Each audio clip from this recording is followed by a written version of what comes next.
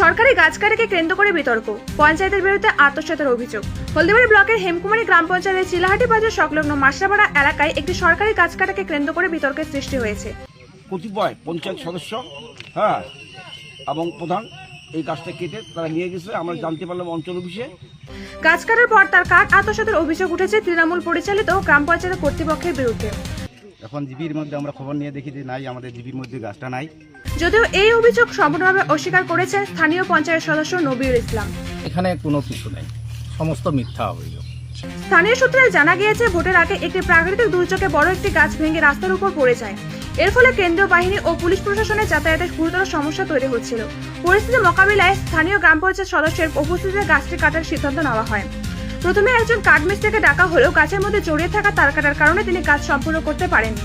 পরে অন্য এক মিস্ত্রিকে এনে গাছটি কাটা হয়। এলাকার বাসিন্দাদের একাংশের অভিযোগ, গাছ কাটার পর কাঠগুলি পঞ্চায়েতের হেফাজতে রাখার কথা থাকলেও তা সঠিকভাবে সংরক্ষণ করা হয়নি। তাদের আর আম গাছটা যদি কেটে নিয়ে যায়, এটা তো প্রাচীনতম গাছ, আর গাছটা কেটে নিয়ে গেলে আমাদের জিবির মধ্যে থাকতো। এখন জিবির মধ্যে আমরা খবর নিয়ে দেখি যে নাই, আমাদের জিবির মধ্যে গাছটা নাই। দাবি, কাঠ আত্মসাতের চেষ্টা হয়েছে এবং এই ঘটনায় পঞ্চায়েত কর্তৃপক্ষ জড়িত।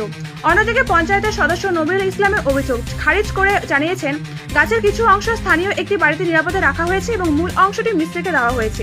দু একজন মিস্ত্রিকে দেখাই, তারা বলছে না, এই গাছটা আমরা কাটতে পারবো না, কারণ এখানে অনেক লোহার পেরেক টেরেক আছে, কাটলে আমাদের অনেক ক্ষতি হবে, কারণ এখানে যা পয়সা তোমরা দিবা আমাদের কিন্তু সেটা উঠবে না।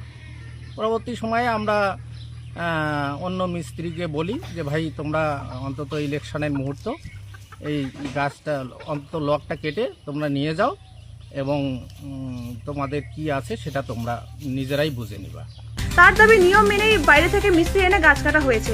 এই ঘটনাকে কেন্দ্র করে এলাকায় চাঞ্চল্য ছড়িয়েছে। বিষয়টি নিয়ে প্রশাসনিক তদন্তের দাবি তুলেছেন স্থানীয় বাসিন্দারা।